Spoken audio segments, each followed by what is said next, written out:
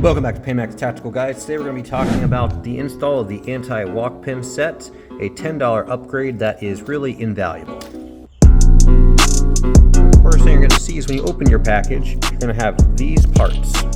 You're going to have a trigger pin, a hammer pin, two actual locking pins for either side, and they come with a little bit of already pre-installed thread locker and then a guide pin.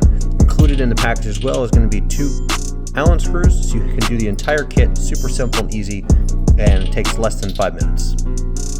Alright, so the first thing you're going to need to do is you're going to need to assemble your fire control group. So here we have our trigger with our 3.5 pound spring kit. We're going to quickly assemble that, get our disconnector and our disconnector spring, which will be the concave little green one. That's going to sit right there in the notch that's already profiled for it, and then your disconnector goes in place. This is an AR9 receiver, but this process is the same for the AR15 and AR10 fire control group. Once you get all this in place, put a little bit of pressure until you start to see it line up. You'll see the hole here start to line. What you're going to do is then take your first pin along with your guide, screw the guide in. This is going to be able to be used if you're starting from scratch or if you're knocking out old pins. Just like that, it'll be assembled. Now, if you're using a fire control group that's already assembled, you may need to hit it with a small rubber mallet. Not a problem. It'll come through the other side.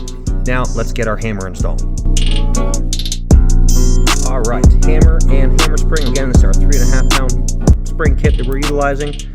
Once that's correctly oriented and installed, we're going to go ahead and line that up. But we're going to get our second pin and our guide pin back in place, ready to go.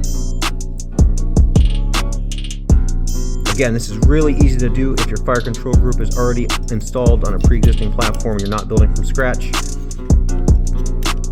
Go ahead and line up your hole right through. So now our fire control group is installed and assembled. Go ahead and remove that guide pin.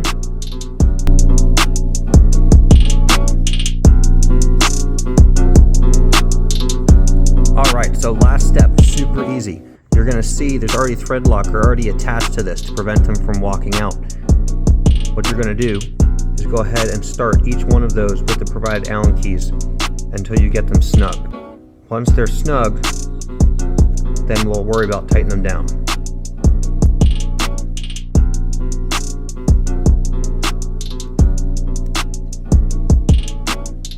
You'll see that they're close. We're going to use the two Allen keys and we're going to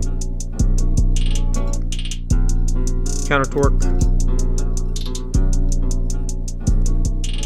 Now, it's very important that you don't over tighten these. They should be snug. They should not be stressing the aluminum, because what will happen is you can actually, depending on what components you are and the tolerance of those components, make them so tight that your fire control group does not function correctly. Once they're snug, you're good to go. Quick function check.